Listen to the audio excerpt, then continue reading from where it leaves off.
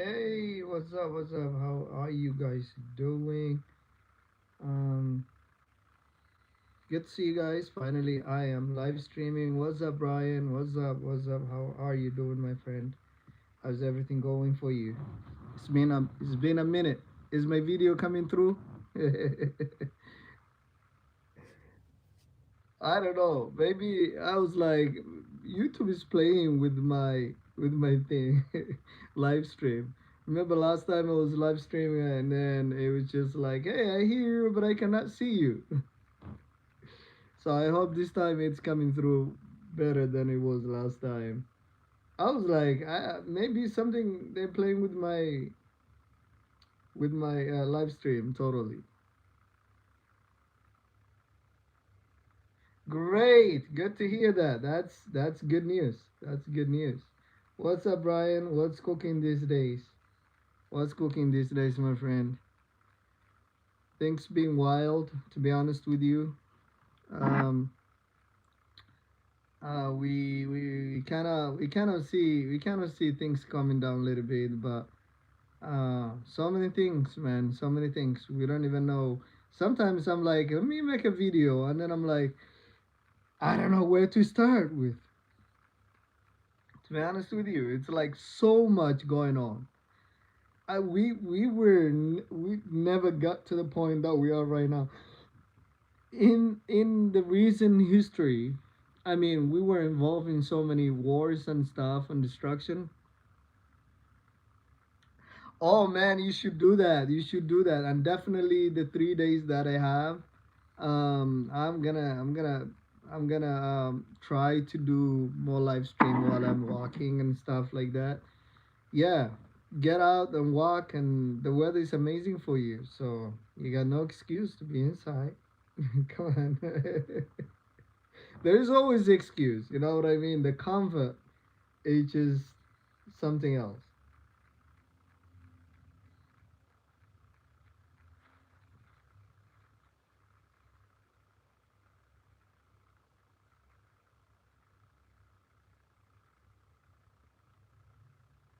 Yeah, I just wanna sit as well, not just you. Let me see. I can pull this thing back. There you go, a little bit. Unfortunately, my phone holder is terrible, so trying to position myself a little bit here and there. Few things that are really interesting is like, what is the deal with ICE and Minnesota? Honestly, right now, are they pulling out? Are they? Who knows what Trump is really going to decide?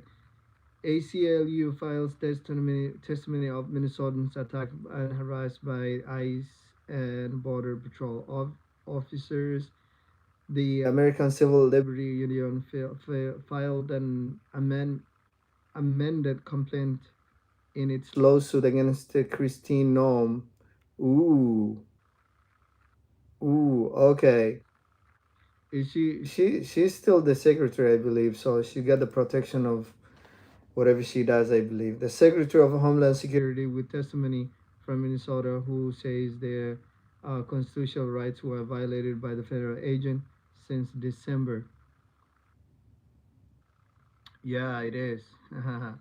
The new complaint includes over 80 declaration documenting what the ACLU calls the harm Minnesotans are experiencing daily at the hands of federal agents.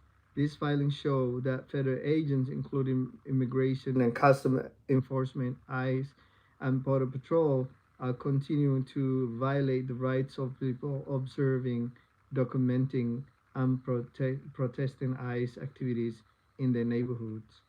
Um, the lawyer says. Explained in the new filing includes these testimonies from four residents identified by their initials.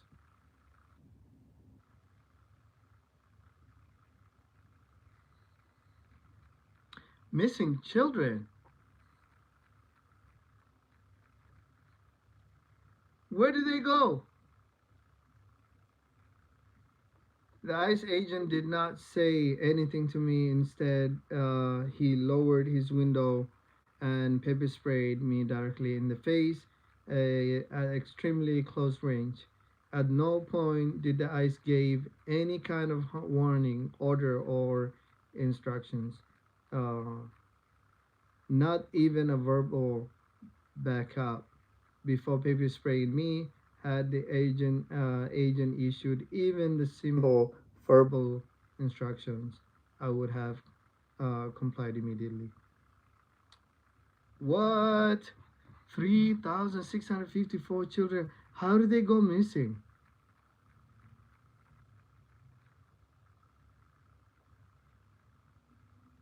How did they go missing though? I'm so confused. Where were the parents this whole time? Were they hidden somewhere? On the right over the agents brutally, what is this, berated us, telling us that he had inter- interrupted a secret operation to arrest a child abuser. They told me that I deserved what I got for interpreting the operations. I told them that I can't even read this. So tiny. They had been seen knocking doors after door and did not respond. I told them that they were not treating people with dignity. They did not respond.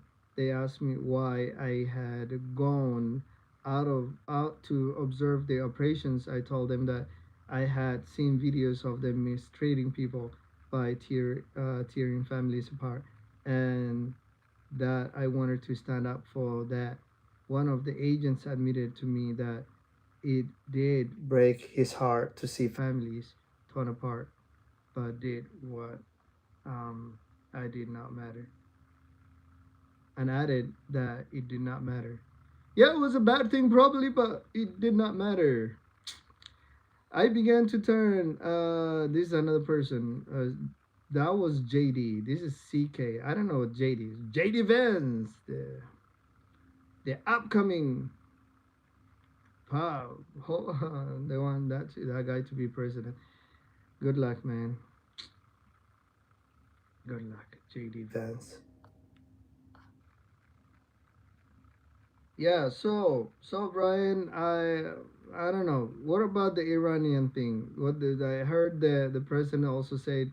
It's okay. I want to meet with the Iranians.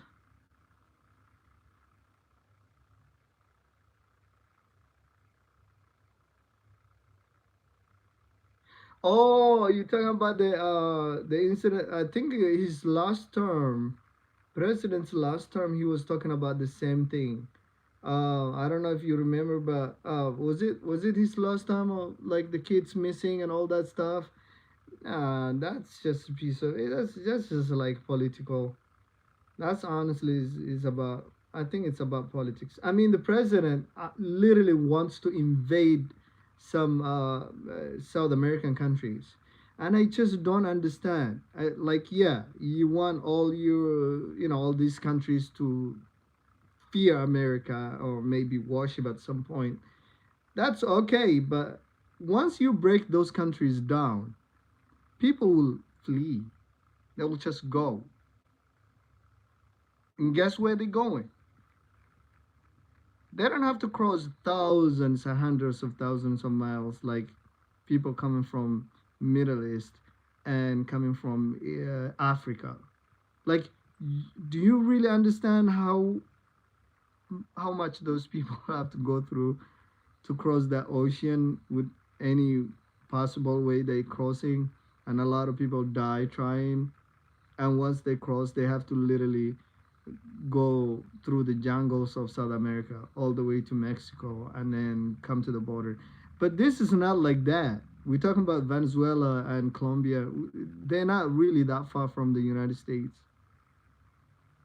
And until they come to the Mexican border, they really don't even have to cross a real major border.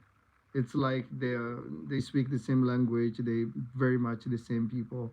That's my kind of observation of what's happening in our southern border. I think that's called the southern border. But until they come to Mexico, or even the Mexico United States Mexican border, there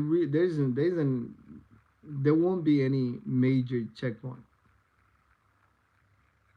That's what I'm seeing.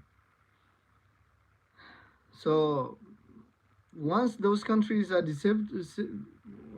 I can't like once those countries are destroyed, the left whatever is left of the Cubans who are in Cuba will still fled. Um, there will be borders of the United States in no time. It won't take them that long to come. So that's why I don't really understand the whole point of trying to destabilize nations that are so close to the United States and still complain about immigrants. Like, no, you creating it. You're literally creating the problem. When you invade countries, yeah, maybe Iran is a little bit too far and it's gonna take them a while to get. Um, but the ones that are fleeing from the war, let's say Iran goes to hell, you know what I mean, collapses. People who are fleeing are not the only civilians. Those who are fleeing coming to Iraq, obviously, or maybe coming to Turkey, which is close to Europe, so close to Europe, and in the numbers like hundreds of thousands or even close to millions, right? Those people have trained military personnel. Maybe they have scientists. Maybe you know what I'm talking about, right? They're elites that are trained in everything that you know that some people really want so bad. Some people want, like, let's say if few generals or few scientists cross the border to Afghanistan, to Taliban. Now they have technology, they have minds that they would never thought they would have. Now they have military officers that built what Iran really, you know what I mean? This is what keeps them alive, is the amount of military power they built. Although with sanctions, with everything that's happening to them, they still built what we saw the 12-day war with Israel. And those officers going to Afghanistan, going to Iraq, and that should be what America, if they're smart, that's what they would be watching. They would be like, yeah, we can contain them where they are and deal them with different way, or we can destroy the entire nation and have all these people cross the border and go into maybe China or Afghanistan, which will empower the Taliban, obviously, or maybe go to Iraq, which isn't so close to America anymore. They're not the honeymoon anymore that America thought they would have. Nur al-Maliki was one of the first prime ministers. I don't know if you remember Brian, but it was one of the guys that America thought this guy would be so good. And now America is like, no, no, no, no, we don't want this guy anywhere close to the prime premier of Iraq.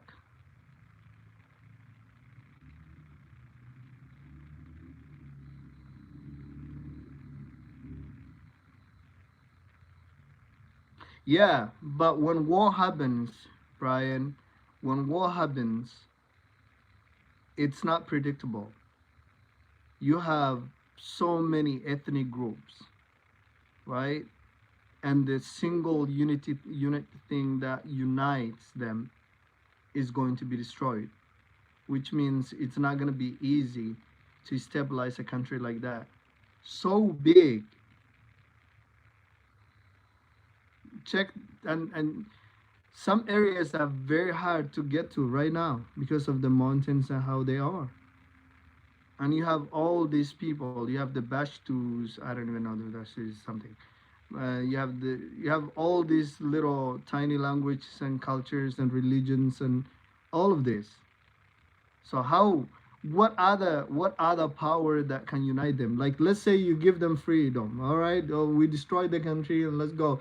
Like, you have Iraq. Iraq was destroyed, but you have two major clear borders, right? You have the Sunnis and you had the Shias. And America was like, let's destroy the Sunnis and let's empower the Shias. Well, in that case, yeah, because literally the other side was destroyed into pieces. You're a military man. You know what happened in Fallujah. You know what happened to the Sunni areas in Iraq. Close to 1 million people were killed by the United States and the militias of the current government. I think it was those who are even Nuri Maliki. And what was the other guy? That little cleric with the black thing on his in his head that he used to fight in Iraq. Uh, Muqtada Sadr. I don't know if you remember that guy. That guy was a maniac. One moment he would be with the United States, and the next one he would be fighting with the United States. He was hell to deal with. But he was the one that massacred millions, hundreds of thousands of Sunnis in Iraq under the American watch.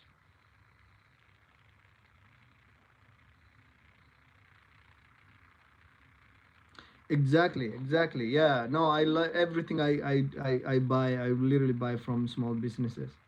Everything I have. A haircut. Yeah, needless. Yeah, needless deaths. Yeah. I mean, even the American soldiers talk about how Fallujah was hell to capture. And still missing the other city. There was another city that was completely destroyed by the Americans, and they were like, when the military guys were talking about, they were like, we had no any other option other than to carpet bomb the whole city. It's like you don't know who's fighting with you, and you don't know where they're coming out, and you can't tell, and your Humvees will be attacked from. Imagine, what is it? Iran right now. Imagine, and it's not even like it's a small group, like the Taliban's when America attacked Afghanistan, right? This is tiny group that no, you're talking about a country that even as its current condition with almost 20 years of sanctions, no country with its size around its borders can still challenge it. Not even Iraq. No Gulf state that would even dare to challenge Iran right now. Those are the people you're talking about. So maybe a political solution where they kind of like, okay, we'll just sell you oil. In exchange, we would need something else from you. Compromise. Yeah, but I don't know. So this article, let me see if I can find it again because it's this article. Yes, pressures on Greenland is totally unacceptable. Says in Danish. Is the Greenland thing still going on, Brian? I'm still confused. Why are we still talking about Greenland? I thought that was already solved.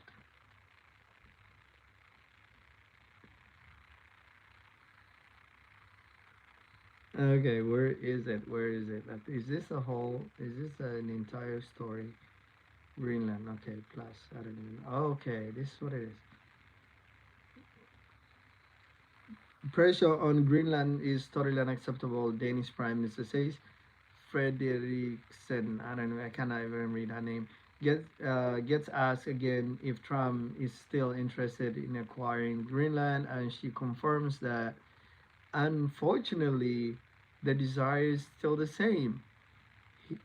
She says it is still something we, of course, talk a lot about, and she adds that the pressure on Greenland is totally unacceptable. we are talking about threats.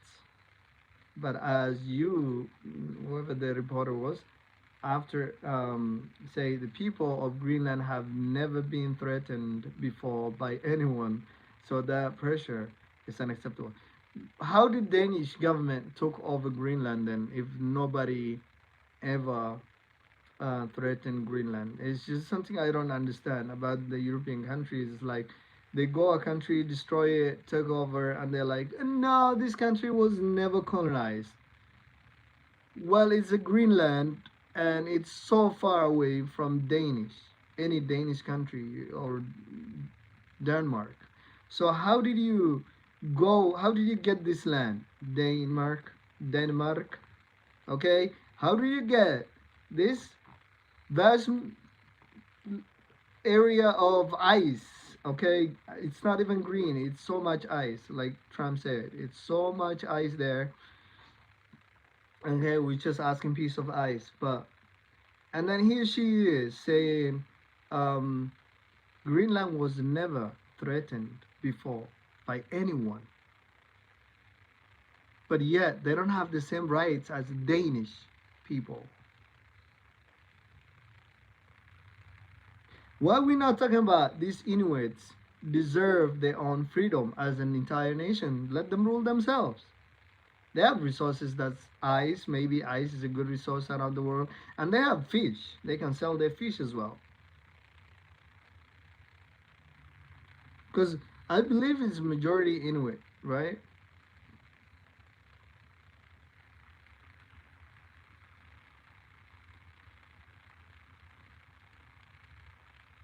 She said Denmark is willing to work with the U.S. obviously because it's not your land. Okay, there are of course things that you cannot compromise on, including the respect of other states' sovereignty and territorial integrity. Yes, and that if you also Denmark realize that Greenland is Greenland, give them freedom, let them be a nation, decide whatever they want to do. That's still a colony. So, to be honest with you, I don't know what the people of Greenland wants to do, but they're still under a colony of of of a kingdom that is thousands of miles away. At least the United States is not that far away from it. We don't think it's over. We know we now have a working group. We're trying to see if we can find a solution, and we will see some things. I'm like, if Trump wants, he could try. He could give a shot. You know what I mean? And sometimes you're like, this man is getting, he's losing his mind. Okay.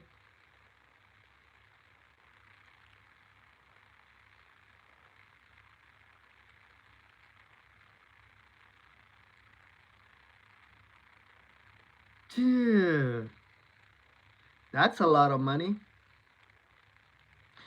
And yes, look at that. The last part you said, Brian, that is true. And a lot of these foreign aids, like when he says, "Oh, we'll stop the foreign aid from giving to Somalis," I'm like, is it really gonna matter? Because as a Somali, and I know what happens in there, this money is stolen before it even reaches anybody. Okay, so is this the U.S. aid, whatever U.S. aid, I think that's what's called, gives the money to this group and then this group, and then these are all thugs. Okay, but the people who need it don't get the support because they have no voice. And you know how NGOs work. Like the United States cannot just go there and hand to people who need it. And then so they contract with NGO to go and disperse their payments or the food.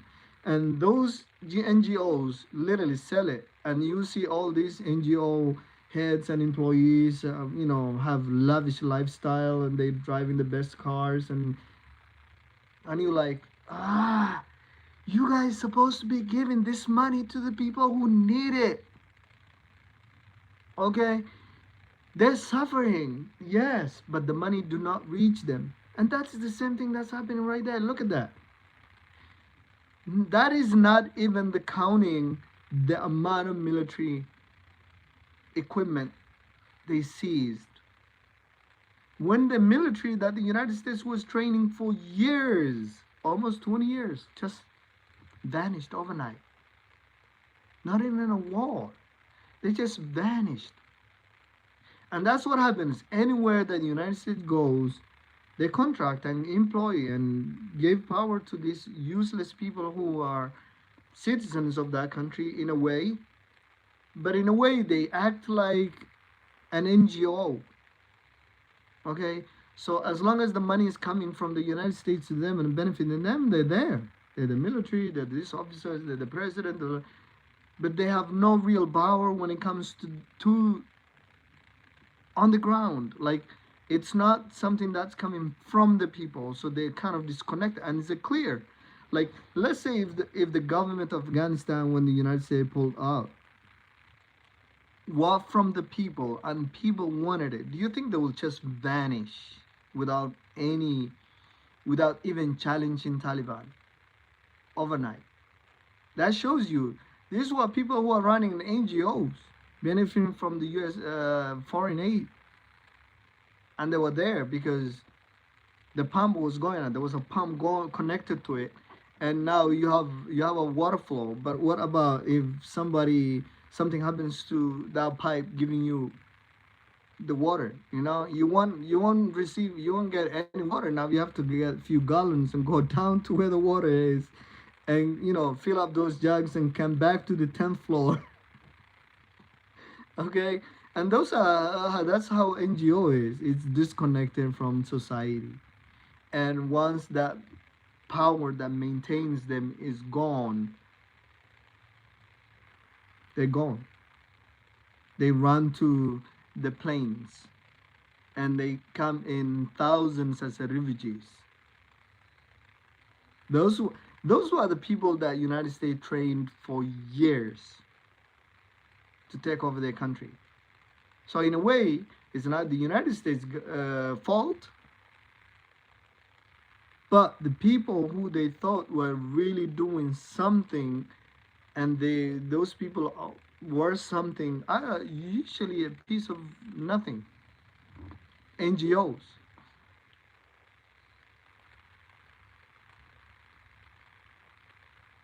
Yeah, exactly. It's all NGOs and corporations. That's it. You go to war, you destroy Gaza, who benefits it? BlackRock and the big bosses, which unfortunately are the best friends of the president. Yeah, corporations are the benefiting. And that's why I'm like, when he was running until the last minute, we were like, this guy is, he wants everybody to do well. Okay, he's anti-war, which means these corporations will not get the money. Okay, it's just like Obama did not persecute anybody, like when the whole thing crashed to '08, and the fear was crazy. Like, he was like, oh, we'll just pay you out, get the money and go do your thing, do again. And then what do they do? Promotions, um bonuses. Okay, they've been saved. And he's doing the same thing. He's rewarding Elon Musk with whatever he needs. He's rewarding what is this AI, big AI chip thing, Nvidia, right? That's why it's booming. It's been booming since he took office. Yeah, he knew because he was there, but he did much better before than what he's doing. Now he became part of the system. He became even worse than the normal politicians.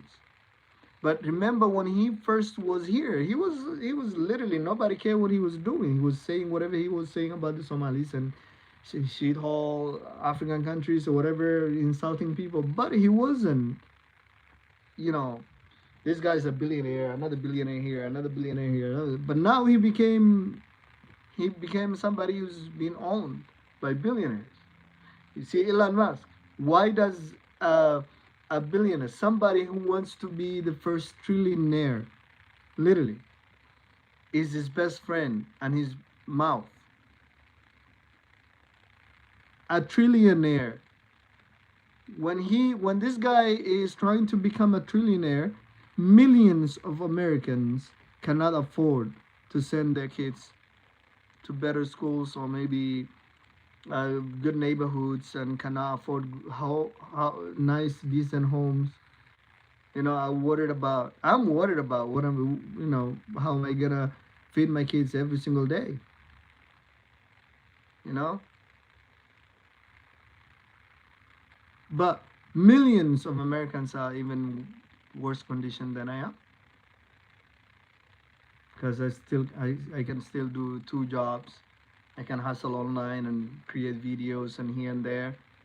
There are hundreds of thousands of Americans who do not have the opportunity. They don't even have decent phones. They can't afford it.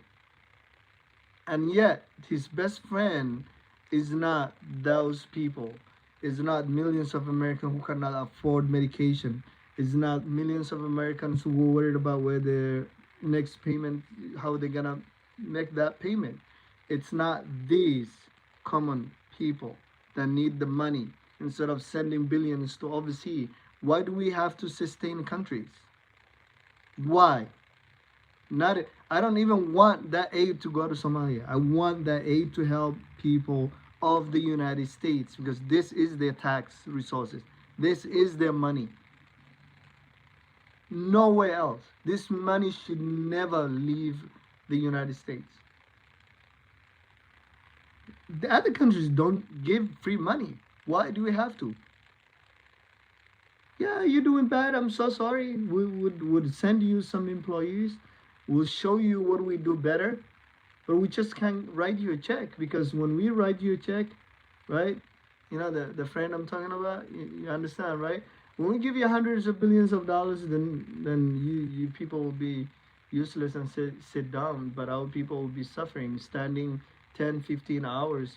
Some of them are doing two different, maybe two or three shifts. You understand, right? So sorry, but we just can't hand you. But you can employ our people. We'll send you our professors and engineers and CEOs and let them run your companies.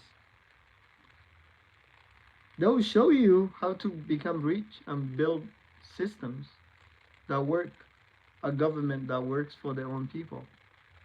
But we can't. I mean, when you tell me a country is receiving billions and some people are like, yeah, but that money goes to the corporations and we just give them weapons.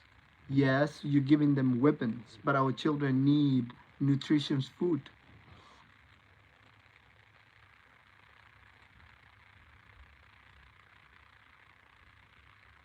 There you go, Brian.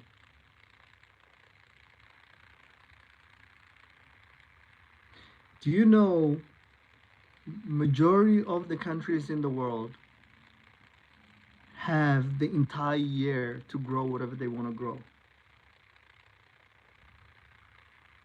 It's not like, oh, this area is frozen, you can't grow nothing. No, they can grow whatever they want. Some countries are less than 1% of the area populated. Like, it's empty.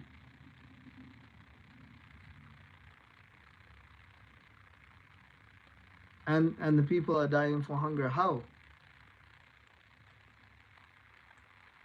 Some of those countries have less than 2, 3 million people. How are they hungry? Because the government isn't from the people, isn't for the people. And a lot of those countries, Brian, are the best friends of the United States of America.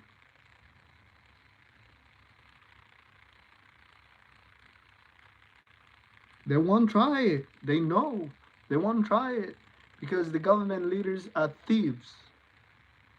They send their kids to better schools, to better countries.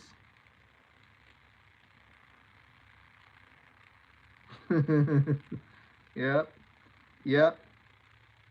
Those could I? Yeah, were they majority teenagers? The ones I saw were teenagers, but they're very smart.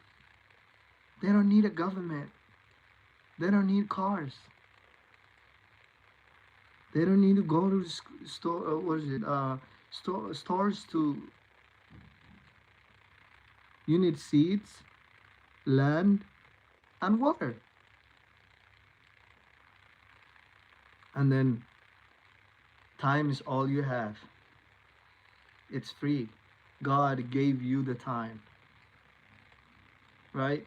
Get some, you know. And I think like a lot of people was sold to fake narrative that you need some sort of seeds that were something done to a special seeds. But my understanding is like any seed that you grow will still grow. Like I don't know about rice, but a lot of beans will just, if you plant them and water them and take care of it and learn from the mistakes for the first year or so, you can have beans. That's my understanding. Any beans from the stores, if you keep them all pearly, or I don't know anything about rice, because hey, but you got all these fruits that you, majority of these fruits that you're eating or you pass through, if you plant them, they will grow. So you need seed, which is already there. You need water.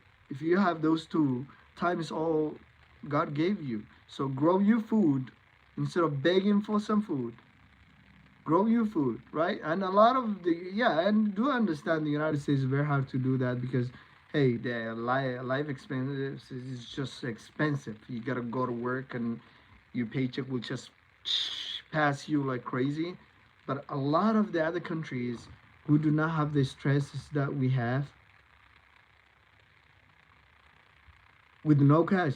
Yeah, Brian, one of that's the group we watched last time, right? You told me about the name and I looked up. Yeah, they training people how to be off the grid, literally grow your food. Yeah, and they don't pay rent. They don't pay. They it's like total no cash. And if you have everything you want to eat, a lot of people even choose to not even have any cell phone bills or internet or all of that stuff. Like we crazily so connected. But 30 years ago, people didn't even know. They had those who have phones had the landlines, land whatever you call it, right? So that's the crazy thing is when you pump billions of dollars to other countries, those useless leaders are spoiled. They just benefit from the money, and the money don't go reach the bottom. The money isn't invested into proper companies that will benefit those employ those people. So now you have majority of people doing less than $1 a day, and then you have these elite leaders that are spoiled. One day they in New York, the next day they enjoy and they have lavish lifestyle. That's all because of the foreign aid. I do understand that. I do understand that because yeah, Afghanistan is a clear example. Iraq is, I believe, they America spend the same amount of money, if not more, on Iraq than anywhere. Not even in Afghanistan, and it's not back yet. That was 2003. How many years ago was that? Sheesh, 13 years ago, if I'm not wrong. And Iraq is not back yet.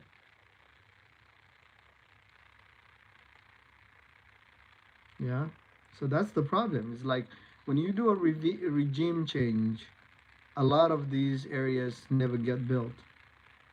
Uh, Iran has one of the largest populations in Middle East. One of the, if we count them as a Middle East country, right? I said one of them because obviously I think what is this country? Turkey has bigger population than them. So, but countries like Libya did not come back yet. And they have very small population, surprisingly, and it's not gonna come back next 10 years. I'm sorry, but it will not come back. And it was the Europeans' fault. Bombing. Now you have two factions, two governments in Libya. It won't come back, right? Now we separated, basically the United States and the support of the European Union separated Sudan from South Sudan, or South Sudan from Sudan, right? Where is South Sudan? Oh, no, we did not hear anything from them, did we? Yeah, go do the research on what is happening in South Sudan, how people are suffering. Whose fault was that? Yeah, they were suffering before, but we had somebody to blame. That was Al Bashir of Sudan.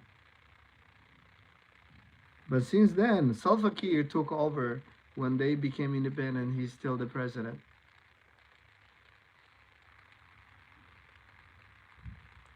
Exactly, exactly. No, honestly, as long as the person he understands. Like, one thing about you, Brian, is you literally went outside of the United States, so you really know what other people are talking about when they talk about what is wrong in the United States. They're not like, no, you just get out of here. You don't belong here. No, you literally understand what, because you've been there. You saw how people live. You're not like somebody who never left America borders. Go take a vacation. You people need to just take a ticket and go.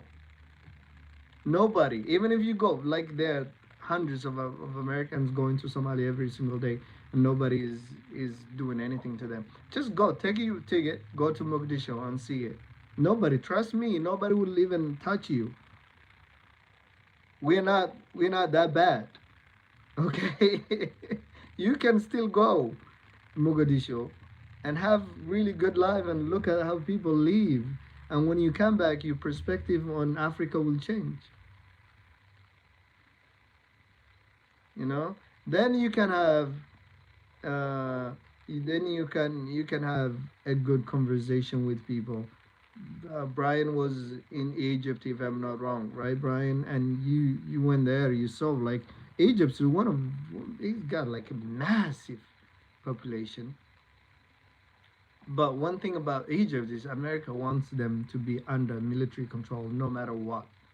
They cannot afford, because of our friend in the other side of the border, we can't afford a democratic Egypt. So why is my question? Why are you insisting a democratic? Why are you insisting a democratic Iran when you want a military rule in Egypt? Exactly, they're very smart people, but a lot of YouTubers, those YouTubers who visit like European, they hate going to Egypt for one reason, because wherever you go, there's this guy watching you in every step, who you talk to or conversation. So people kind of act like aggressive, and they're like, no, it's one of the it's not nice to go to Egypt. It's nice to go to Egypt. Everybody's scared for their life, so they won't give you the information you need, and they won't talk to you how you want them to talk to you. They gotta tell you that back up, don't put me, because you're gonna take a plane and go to Europe. But I would stay here, and those Secret Service is gonna be in my dorm. Very good food, yeah, very good food, very good, and but very massive population.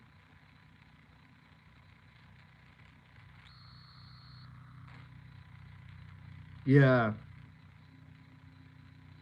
great catching up, man. Great catching up. Nice talking to you, Brian. Take care. I was just checking today because I was like, I don't know how the algorithm is gonna treat my channel anymore. But thanks to you, you're everywhere. You every day you're there, man, and I do appreciate you, man. I do appreciate. I hope they just we agree. So no, when I'm open-minded person, so I engage a lot of conversation. I'm like, listen, we're all human, right? So if you go and see, if you kind of listening to the news and you like, There's so much hate everywhere. You just gotta get out of the newsy idea and go see the other side and what they're really talking about. And a lot of the things will make common sense. But nice talking to you, Brian. We're gonna keep it few minutes. We're gonna see what we can read.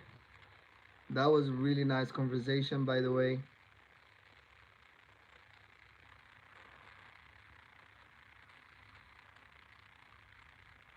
Okay, so the Homeland Security is in a shutdown starting today. If I'm not mistaken, they're shut down. The United States Department of Homeland Security, which includes agencies that oversee the immigration enforcement and disaster response, is expected to run out of funds after legislators failed to avert government shutdown. Senator adjourned on Friday without reaching a deal to pass a budget legislation for DHS. He will find it from some other place, I believe. The House of Representatives, meanwhile, had started its own week-long recess on Thursday evening. Uh, that leaves the DHS shutdown all but in oh, blah, blah, blah, blah. I cannot say some words. When the funding expires at midnight in Washington, D.C. on Saturday, the 5th. The impasse was spared, I don't know what that means, in part by the federal immigration crackdown in Minnesota, which resulted in killing 2 years citizens in January. Report that had emerged of mass immigration agent threatening bystanders and using violence disproportionately. So that's what making people angry, man. Ugh. Keep them shut down until next month. Limit government shutdown is like everywhere, literally like every website is kind of reporting that like crazy. Nancy Pelosi.